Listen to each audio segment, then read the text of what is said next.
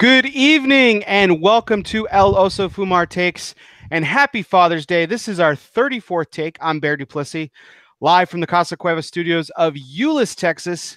Again, this is our 34th take, and I am so excited to be here on the wonderful Father's Day. I had a fantastic Father's Day. It was it's always a good time. It's my third one. I mean, I'm not very far into the Father's Days or anything like that, but it was a very, very wonderful day. And I get to end it with all of you who are joining in and our very special guest. I'm so excited to welcome in Mr. Spencer Drake of White Hat Cigars. Spencer, how you doing tonight? I'm doing fantastic. Thanks, Bear. Fantastic. Happy Father's Day to you. I know you got little ones, right? I do. I got a 5 and a 7-year-old. Oh, man. No. Man. They just and the old mantra and cliche. This is the most annoying thing about a parent. I don't know if you feel about it the same way that I do, Spence. Every cliche that they toss at you before you become a parent is true, and it's annoying as fuck. Yeah, the good news is, and I think this will help just moving forward, is you use it for yourself and do it to everybody else who's pregnant for the first time. Oh yeah. And just pass it on. It's paying it forward. Absolutely, man. It's going to change your life. Change your life. Yeah, they'll have you wrapped around your finger. Yeah, that's it won't bother you when your kid poops. It's fine. It's totally fine. That one's really not all that true. No, it just breaks you down. You just well, you do what you got to do, man. I mean, you can't just leave it there. Yeah, exactly. Frowned upon. Frowned upon. I hear social services has problems with leaving, kids in diapers for days, but in honor of my guest tonight, I want to clarify, I have not switched allegiances. Yes, I am wearing a Houston Astros hat in honor of my guest tonight, but in honor of Father's Day as well. You see, as many people of you guys know out there, my family tradition that my wife and I started is we've traveled. We've done this over the last couple of years, but we are traveling to baseball stadiums as a family, and we want to experience that. And the first stadium that we traveled to was last year outside of Arlington, because that's where we live. But we went down to Houston right after Hurricane Harvey, and what an experience that was. Spence, I know you call Houston home. And the recovery that the city made in just a few short weeks, and the fans that day were just unbelievable. I mean, I bet that whole up and down few months of Harvey, and I know you guys are still fixing out that mess, but after Harvey winning a World Series, I mean, it just had to be just an unbelievable roller coaster. Yeah, I mean, Harvey was obviously pretty devastating to a lot of the people down here, but I think, honestly, it was like a cherry on top to win the World Series, but we still would have been going nuts had nothing bad happened to us, because we've been starved for so long for something like that, especially with the Astros. It's just never happened. We won it with the Rockets in 94, 95, and that was really the last success we've had on the professional level. The Texans are kind of back on the upswing. I feel like, you have a great quarterback. I feel if he can come back from that injury, and then I mean the Astros. I mean you don't have a guy older than the age of 30 other than Justin Verlander. So and Yuli could be 50. There's no telling how old. Oh, that's true. Yeah, that's true. But that hair though, and McCann's, he's in his 60s. Yeah. Well, you need a wily veteran though. I mean, just to kind of keep everyone wrangled. I feel like they're the wrangler of youth movement teams and everything. Pretty cool that this is the 34th episode, because the number 34 is a pretty important number in Houston sports. Between Hakeem Olajuwon, Nolan Ryan, and been a lot of good. I planned number 34 as well, I believe. Yeah, there you go. I planned it that way. Yeah. Right. So one of the stories that I wanted to tell and talk about, and we talked a little bit about this off air, and was how we actually met. And we actually met before you were with your current company. We'll talk about your journey here in just a little bit. But you were with AJ Fernandez at the time. The San Latano cigar had just released, and you were doing an event at Michael's Tobacco of Euless. I was not an employee there yet. I was simply just a customer, and I was hanging out and met you, and we kidded off. I was working for another retailer at the time. We were talking just back and forth and everything about the cigar and about stuff, and one of the biggest portions of our conversation was how much you and I agreed to disagree with the top 25 list of a well-known cigar blogger that you and I both know very well now today, and would call a friend, Mr. William Cooper. Yep, that's very true. Very true. And the funny thing is, Spence, I mean, I can't remember if you remember it, but I remember vehemently disagreeing with what it was and be like, man, I can't believe that. And we both were clearly our palate's just different than his. Well, I smoked a lot more cigars then than I do now in terms of different brands and stuff, because I was just recently employed by AJ. It was my entrance into the cigar business. And so prior to that, I was a consumer that just, pretty much smoked anything I could get my hands on. So I was really well versed in the market at that point. And there weren't as many cigars as there are now. So many brands now, it's hard to keep track of, all the cool stuff that's out there, the new good stuff that's out there. So I rely more now on other people to kind of point me in directions as to what to smoke than I did then. Then I just grabbed and smoked anything, different and new I saw in a humidor. So it was kind of different then. So I was pretty familiar with a number of the cigars that were on that limber, what we disagreed with him on, and I really don't even want to look back and see what it was, because I'm sure we were wrong, right? I'm friends with a lot of those people now, so. I intentionally didn't mention the year, but I mean, people could probably place it out. But but it just goes to show you that how the circle of life works and how small and great this industry is. Because now fast forward a few years, and you've got White Hat Cigars going now, heading up your own company, which is just awesome. And I'm working with Coop now, and I'm helping him with this brand that's just become an awesome powerhouse in the cigar media. In my opinion, he'll never tell you that. I'll freaking say it, but Sure. He'll never tell you that because he's one of the most humble people I've ever met. But it just kind of goes to show you how great this industry is that we work in. It's a very small world and everything.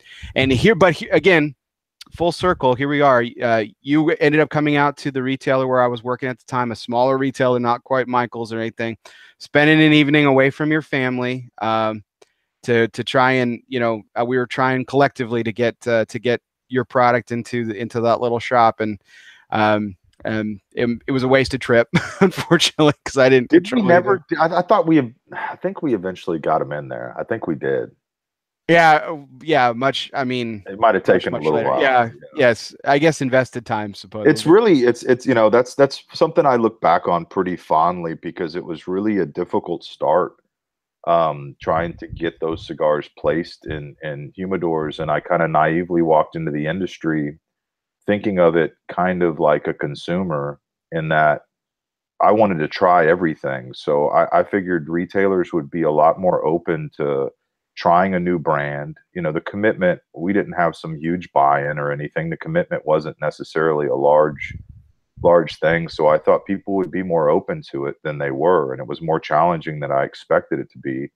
And now looking back on it, I kind of laugh, because we all see what AJ's become, and it's a mainstay in almost all humidors, of note in the country now. Yeah. And he's making a bunch of product for everybody else and stuff. Yeah. And I remember when you actually bagged a huge account, you actually got AJ Fernandez into all the Specs. And if you're not from Texas, Specs is a huge liquor store chain that has a humidor as well. And you got AJ Fernandez into that account. Yeah, we were extraordinarily successful in Specs. We did a really good job of promoting within that space, and it was kind of interesting, because at the time there was a lot more stigma, I think, on a couple of different levels from average Joe retailer. They were opposed to a lot of online stuff. So, if you sold online, you heard that question a lot when I got into the business. Are you selling online? Are you selling online? And it really wasn't, are you selling online? It was, are you selling to CI? Are you selling to JR? Are you selling to Famous, Thompson, et cetera? It was the big guys. Nobody wanted you selling to them. And then in Texas specifically, there were a number of retailers that were opposed to you selling in Specs. And I had numbers I had to hit first and foremost. And I didn't go into this with this really being the plan or my hypothesis. But when we opened up Specs, the lashback was really insignificant in terms of retailers that left us because we were starting to grow that brand at that point pretty significantly. Right. But secondly, we saw a spike in growth in the Texas market. And I really do believe a lot of that had to do with the fact that Specs was something that opened the eyes of a lot of consumers to the product. Because there are so many locations, and we had spread ourselves out pretty big within that Specs environment. I think we ended up in 60 some odd humidors.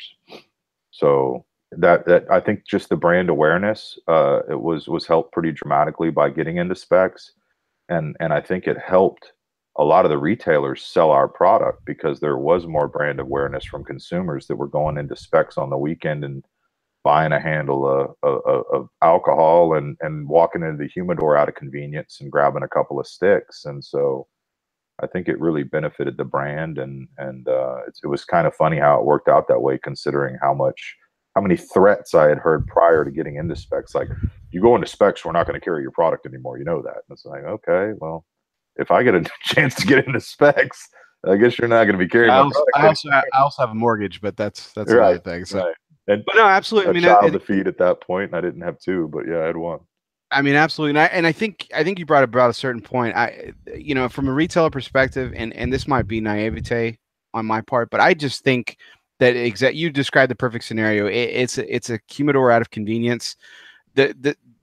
My regular's not going to leave me for that place. If you're doing your job right, that's gonna be a difficult thing.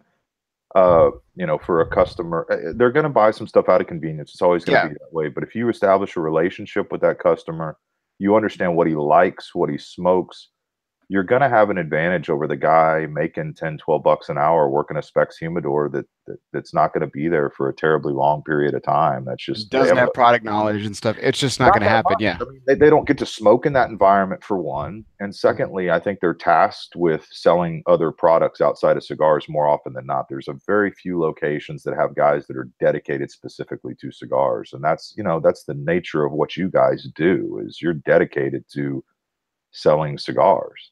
Absolutely. And to having knowledge of new products to market and knowing what products suit particular customers' palates potentially.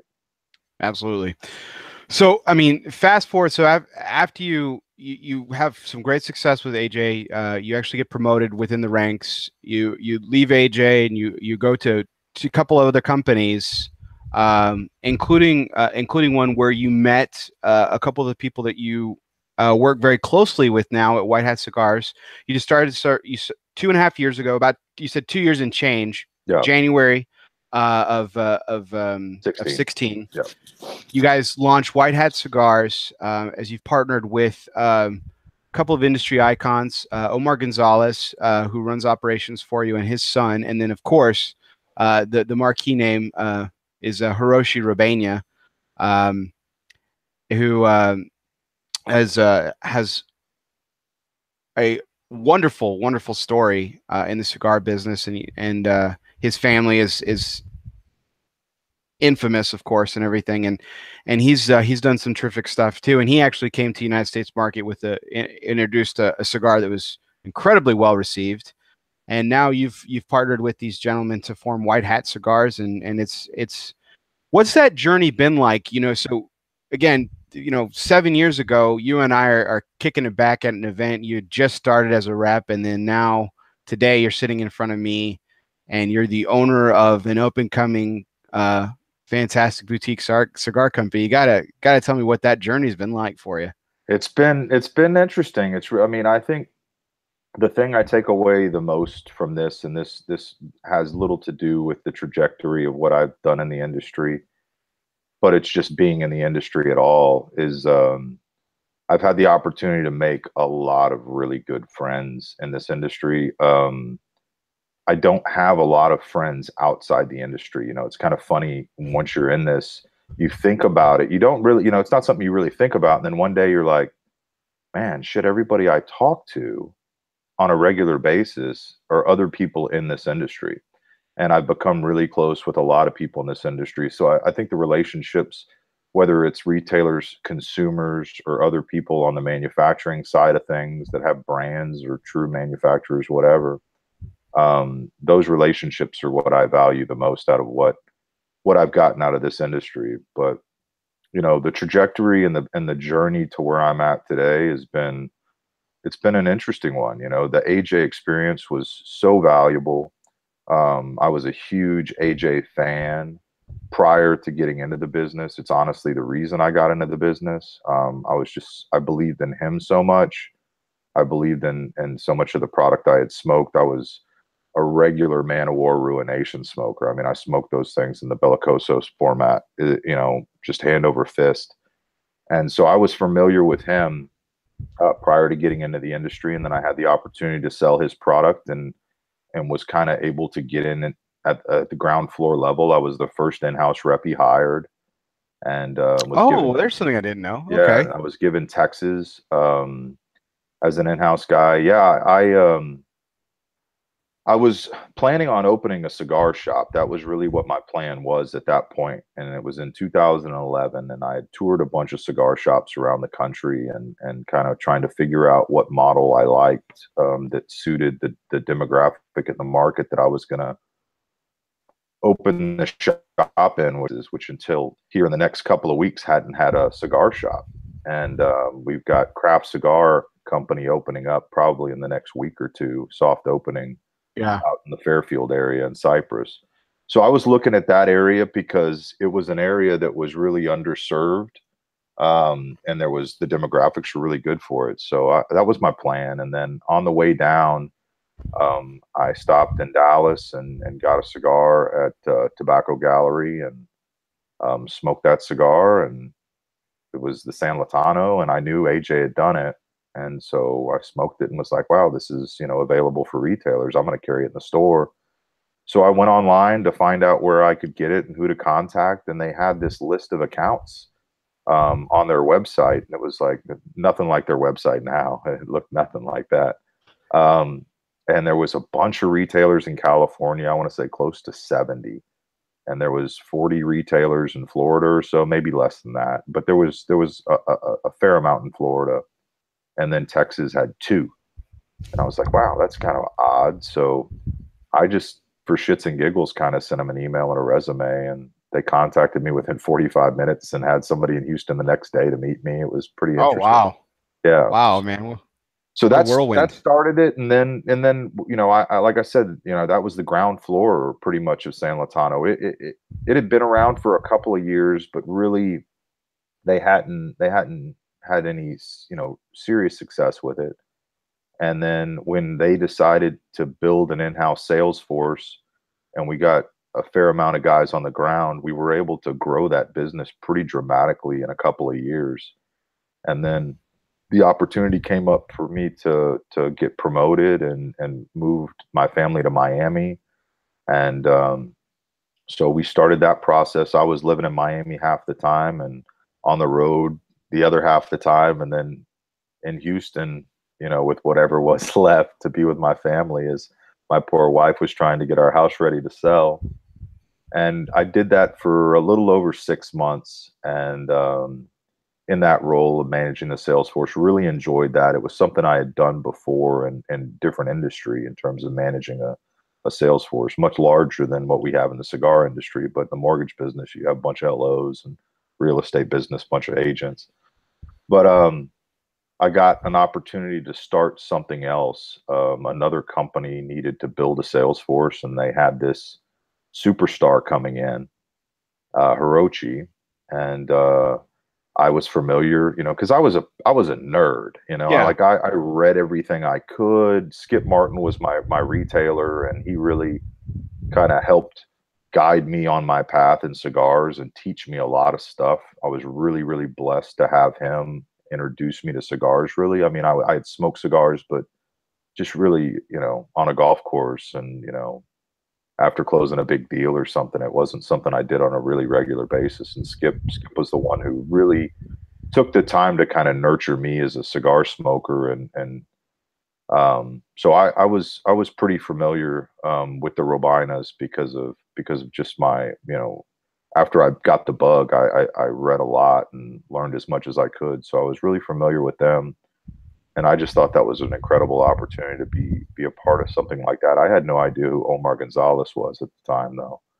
And then, but I had smoked the cigars. That was really the first thing that interested me in that company. Was I had smoked some of their cigars and was really happy with how good they were. And so I started with them in the same position with Cubanicon. I hate to mention the name because it gives me the chills now, but I started with them, and we we launched HR. I started with them, I want to say maybe June or something, and we launched HR at the trade show in July. Yeah, I was gonna say it was just like right Yeah, it after was that. quick. Yeah, and then we did extraordinary at the trade show. It was really pretty amazing because we were launching a $20 cigar, had no packaging, had nothing.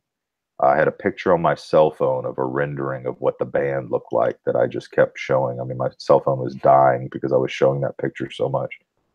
But we sold a bunch of that product. There was so much interest and intrigue Mind to you, that was when Hirochi. cell phones had batteries that worked. Yeah, So fair enough. Yeah, before updates and yeah, creating obsolescence. But yeah, it was really interesting just to see the there was a lot of people. I was really kind of surprised at how many retailers had been down to the farm in Cuba that were familiar with Hirochi, knew Hirochi, or some of them were blessed to have gone, pre 2010 and sat on the porch smoking cigars with Alejandro. So Mhm. um, it was interesting to see how many people were already familiar with them and had a relationship with them and were helping support that brand early on. And then we got cigars to market with them in 2000, or sorry, in December of that year, which was shit, maybe when was that? '07, I was thinking, something like that. I think so. Oh, so no, shit, 2000. No, it wasn't '07. I'm losing my mind. I started 2011. I was with AJ for, I want to say 3.5, 4 years, something like that. So it was like maybe 2014, Yeah, I'm sorry, I 2015, got confused too. 2015, Sorry. 2015. Yeah, So anyway, yeah. or 2014, shit. Um, and We'll get it so right. Don't worry. We'll, sooner or we'll later, yeah, figure it. we'll We'll figure it out. figure it out. We'll find a But way. it's all run together. So we launched that product and had some other product there too that Omar was making. And then over the course of that, that experience there, I really got to know Hirochi really well, and I got to know Omar really well. And then we just kind of circled back together after another stop at Cornelius and Anthony and helping them get that up and running. And then Todd Vance, who's one of my best friends in the industry, he came in behind me to take over my role when I decided to do this on my own. And I'd done some consulting work in the middle there with a couple of companies, but anyway, we circled back and got back together and started this on our own in 2016, in early 2016. And it's been a wild ride, man. We've grown the business pretty dramatically, and in the first year we were up over 130%, and now we're on pace to grow this year as well. That's Um, great. so it's been a fun ride, and I've been blessed to be uh, you know really close with the Gonzalez family, and I know Omar, his wife, his son Luis Omar, his daughter Lizzie, and they've been incredible to me and taught me so much. And the journey really has been an educational one, and a relationship one. I think more than anything else. This past couple of years has been extraordinarily educational from the standpoint of cigars, as well as is running a business that requires product, because the businesses I've run before were service businesses, and managing cash flow is much easier when you don't have to buy anything, you know.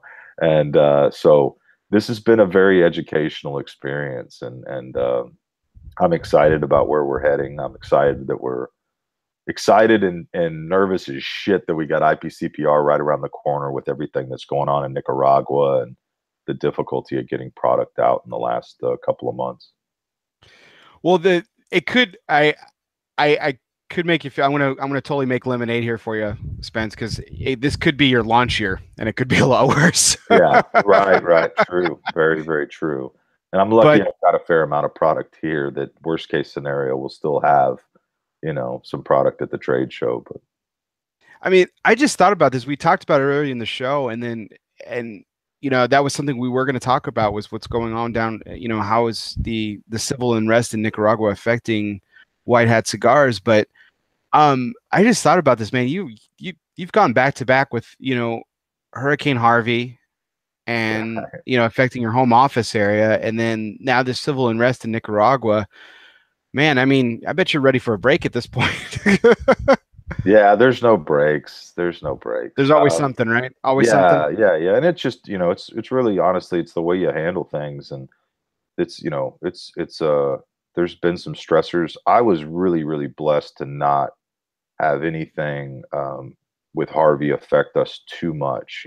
Any of my family, our business. I mean, we didn't have access to our warehouse for a little while, but most of the time I was traveling, I was gone, and I was lucky that my wife and my kids were with me. We were in New York when it hit, I think I and remember seeing that. Yeah. yeah, we were in New York when it hit. So instead of flying home, I sent them up to Canada. My wife's from Montreal, so I sent the wife and kids up to Canada, and they were there for a week and a half or something, and then I went and saw some accounts, stayed in New York for a little while, and then went into Chicago and went up to Casa de Monte Cristo to see Sam and them, and hung out with them for a while, and then I went into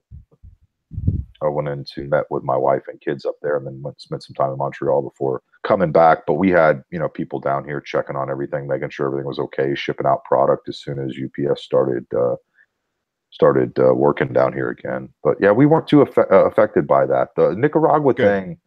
Nicaragua thing, it's affected us, but honestly, the biggest effect to me and I think to all of us is just there's so many people down there that we have relationships with, that we care about, that we're concerned for. And that's whether that be employees that work at the factory, whether that be other manufacturers.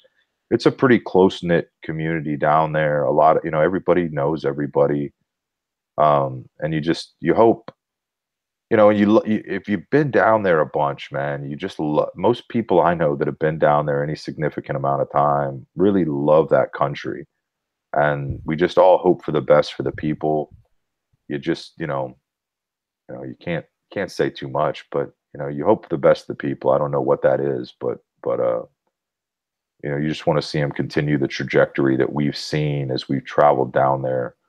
For me personally, for the last 7 years, I've been going down there, and I've seen Esteli change pretty dramatically even in that time period. And then the people that I've talked to that have been going down there much longer than me, talk about the days when Esteli had like 50 cars, and there weren't all the motorcycles because people couldn't afford motorcycles. It was the quality of life down there has improved pretty dramatically, and I think that's one of the reasons. And Skip Martin mentioned this in a post, and I'll bastardize it, but he was just talking about how that's one of the reasons that Esteli's been more stable than a lot of the other major cities in Nicaragua, is because of the fact that I don't think the people there are quite as discontent as some of the other places, because of the fact that there's stable employment and they've had this kind of positive trajectory in their lives because of Right. cigars. And that's something that our government needs to take into consideration when looking at regulating this product, is what kind of impact is it going to have on this third world country. you know Absolutely. I could not agree more. Really excited to discuss a lot of FDA talk, legislation, litigation, and other things. Excited? Oh, Well, Jesus. I'm excited because actually this coming Tuesday, we will have Executive Director Glenn Roop of Cigar Rights of America on Cigar Coop Primetime Special Edition. So it'll be the second time that we'll be talking to him.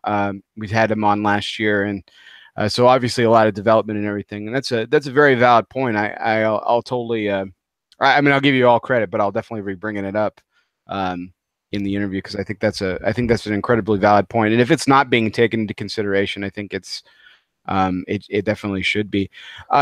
Speaking of Skip, he's down there kind of ground zero, and he has a better observation point than most of us kind of sitting, here, obviously up here in the United States and everything. But as I made a comment earlier on a previous broadcast, the one of the most powerful images that I've gotten from all this talk and all this chatter and all the images and everything like that was a person who I know personally, being Skip. He had snapped a photo of his daughter, of his young daughter. It was her back at Fiorella, and it was just the back of her, and she was looking out the very same window the previous night that he had recorded some video of some protesters, mixing it up with some, I guess, local police or something. And to me, that was very, very powerful image, because it had personalized it a long time ago, because, like you said, this is a very small world. It's a very small industry. We know a lot of the same people, and so we know a lot of the people that are affected by this.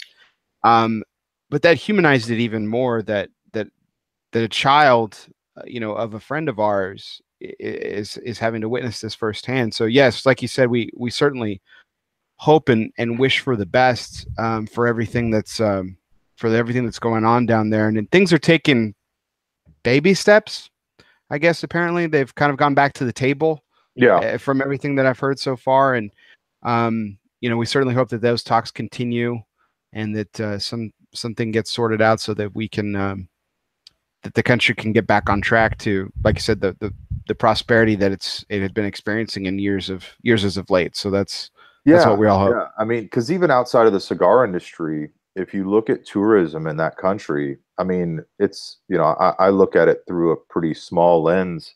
I'd read articles about Nicaragua, but most of the articles that you'd see in the past, 3 or 4 years were all kind of tourist related articles about, opportunities down there, and what a beautiful country it was, and kind of the stigma that my generation associated with Nicaragua from the Contra Sandinistas and the cocaine trafficking and Noriega and Panama, and just all the kind of craziness that was associated with Nicaragua had changed for the next generation. They didn't have that same stigma.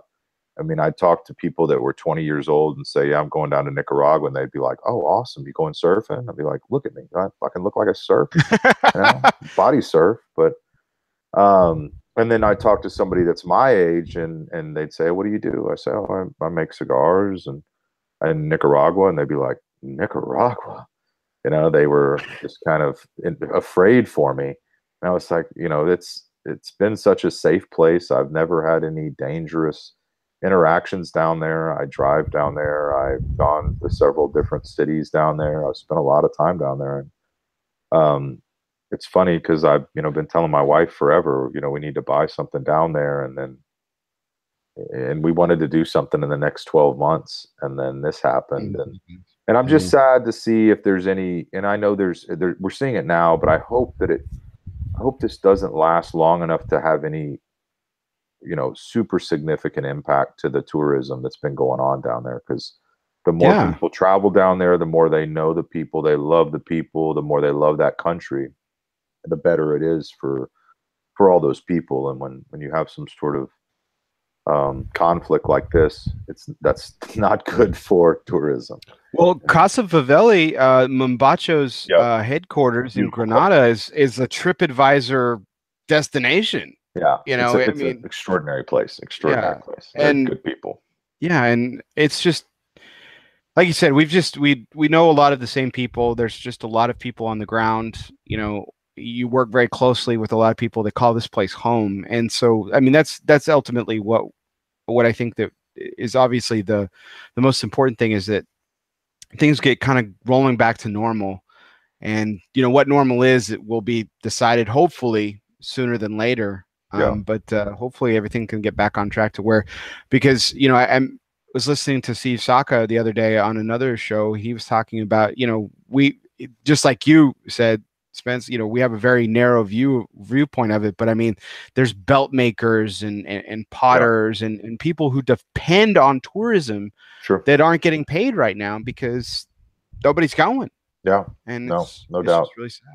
It's really sad. So hopefully things can get figured out. But as you mentioned earlier, the IPCPR trade show is coming up fast and furious. It will be my first show I'll be attending. I'm excited. Oh, really? Yeah, I tell everyone, everyone's excited for me, and they're kind of rolling their eyes at the same time because they're like, "Oh gosh, another show," because it's so exhausting. It's a marathon. No, I'm told it's a marathon, not a sprint. I've had other several metaphors thrown at it and everything, but everyone's excited for me. Like they're genuinely and sincerely like, "Oh, Barry, you're gonna have a great time. It's awesome. It's your first time. That's fantastic." Yeah, Um, I think most of us probably have really, really fond memories of our first IPCPR two, and then after that, especially See, it's the same reaction. That's what I'm talking about. especially in different roles. When I was a sales guy for AJ Fernandez, it was you show up and you help with something. I ended up helping more towards the end when Clay was the VP and I was still the rep for Texas and kind of the Central Territory. Clay had me come out like 3 days early just to help him. We smoked a lot of cigars when they told us not to on the trade show floor, but and watched union guys put up a sign for like $3,500 up and $3,500 down. It was ridiculous. Still ridiculous, the costs of doing that show. But when you run it all and you're small like I am, and you're in charge of all the logistics of getting everything in and and you're in charge of everything and you have dinners and oh man, it is. I'm really lucky to have my wife. She helps me out on this a lot at the trade show. This year she's not coming, so I'm really not looking forward to it. Outside of selling a bunch of cigars and seeing a bunch of friends, it's just it's a challenging thing to do. And we're going bigger this year. We got a much larger booth space. We're not doing anything crazy in terms of booth design or anything, but we got a lot more space and we're going to have a ping pong table in the middle of the space. So it's going to be fun. Nice little breather for most people to come by and, whack around the balls or so. Yeah. All pun intended. You're right. Right. They do that too. They do that. So correct me if I'm wrong. You have broker representation, right? Do you have any in-house representation at this time? I have all independent brokers. Right. We're covered throughout the entire country, sans Texas, Oklahoma, Arkansas, Kansas, Missouri. And then I handle Texas right now, and I handle those other states as well, but pretty much from a distance because trying to travel up there and then travel with reps and then travel to Nicaragua and all that it's just too time consuming to try to really service that whole territory. So we're at some point in probably the next 6 to 12 months, we'll entertain either going broker again or potentially taking an in-house guy in. Well, fantastic. So we've seen the ads and about Soneros and everything kind of being the next thing because right now the HR Blue and the HR Claro are kind of the three cigars that you've got kind of rolling out there in mainstream market. But the Soneros, is that the next thing, or is there a couple of other things that we should expect from White Hat for the IPCPR trade show this year? Yeah, the Soneros is this guy right here. This is the Maduro Toro I'm smoking right now. Yeah, we did a soft launch on that a couple of months ago, and then we'll fully release it at the trade show. So that's going to be our release at the trade show. Will be Soneros, and then we've got a project coming up right behind that called White Hat. But with everything that's happening in Nicaragua and a little production issue with Soneros, we box pressed for the first time, and we've changed some things up in how we box pressed it. So Okay. that delayed the full-on production and full-on release of it, and that's why we pushed it back to the trade show. But we want to concentrate on that brand. That's the brand of Omar Gonzalez and his son Luis Omar and their family. And so we really wanted to concentrate on that and give it our total focus for the trade show. It's just another example of how good Omar and Luis Omar are at what they do. I mean, Omar is really one of the most unknown guys that really has incredible chops, incredible experience. in the industry of cigars from his days in Cuba. He's been in the cigar world since he was 6, and he's 62, 63 now. And That's what you he, call a veteran right there. yeah, and he was the general manager of the La Corona factory in Cuba, and hence the name La Corona for our factory in Nicaragua. Right. He was nominated as Hombre Habano, which is the highest honor in the cigar world in Cuba. And he's been at this a really long time, and he does things a very traditional way. No shortcuts, no fast tracking tobacco. We ferment tobacco at a really low temperature with little water introduced, so it takes a really long time to ferment tobacco the way we do. He understands the farming aspect of tobacco as well as obviously Hirochi does too. And having those two farms in guys, Nicaragua and Ecuador, right? yeah, Esteli, Jalapa, and in Ecuador as well. So all our wrappers grown in Ecuador, and then we grow and co-op tobacco in Esteli and Jalapa. And so we outsource a little bit of tobacco, Peruvian tobacco, and then we get some Pennsylvania broadleaf that we use in a lot of our blends. Obviously out of PA or sourced locally in Nicaragua, but originally from PA. So yeah. I mean, just watching this guy and learning so much from this guy, it's been really a blessing, man, to be around Omar. He's just one of the best people I've ever met, and been really, really good to me. Really good to me. Like Sammy Sosa in baseball, very similar. That's fantastic. I can't imagine what it would be like to be a fly on the wall in the conversations that you guys have had with the three of you, the journeys that you have had and taken, and the the individual expertises that you bring into the situation must make for a really wonderful formula, and probably and obviously as attributes to the early success that you guys have had in your first 2 years and everything. So so you had mentioned the White Hat cigar. That was something I was going to ask. Was you had your company is White Hat Cigars, and you've got cigar names that don't have white hat on them. So I didn't know if there was a motivation behind that, or we were just kind of waiting for it. So yeah, we always planned to have that brand, but really the White Hat thing was kind of just, we felt like we were, there's several of us involved. I mean, Luis Omar is heavily involved, and then Omar and Hirochi, and we all kind of felt like we'd all been through some tough times in this industry pretty recently prior to us starting this, and I just liked the white hat, from old Western movies. Yeah, and, yeah.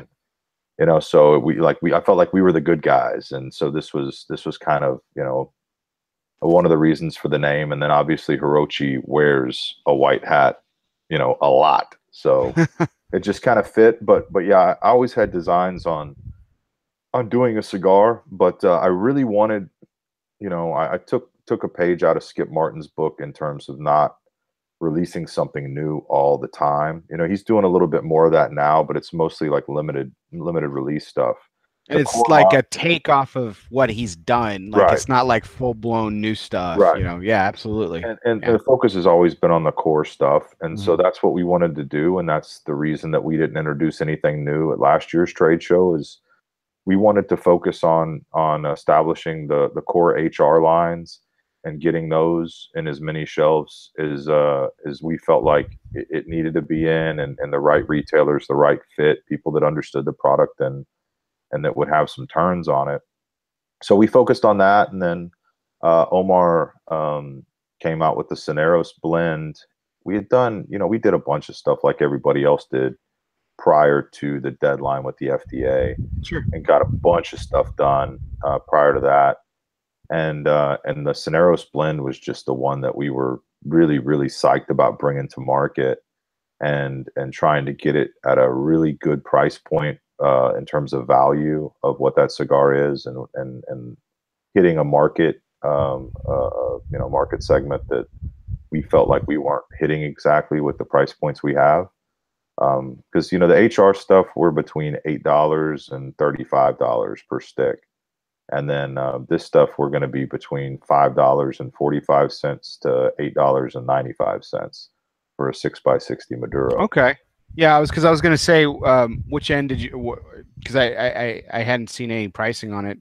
I was going to say, what end was it going to go on? Because I figured it was going to be somewhere.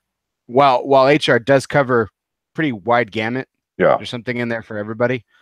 I was wondering where you guys were going to be placing that. So it's going to be at the bottom end. So good value. So that's fantastic.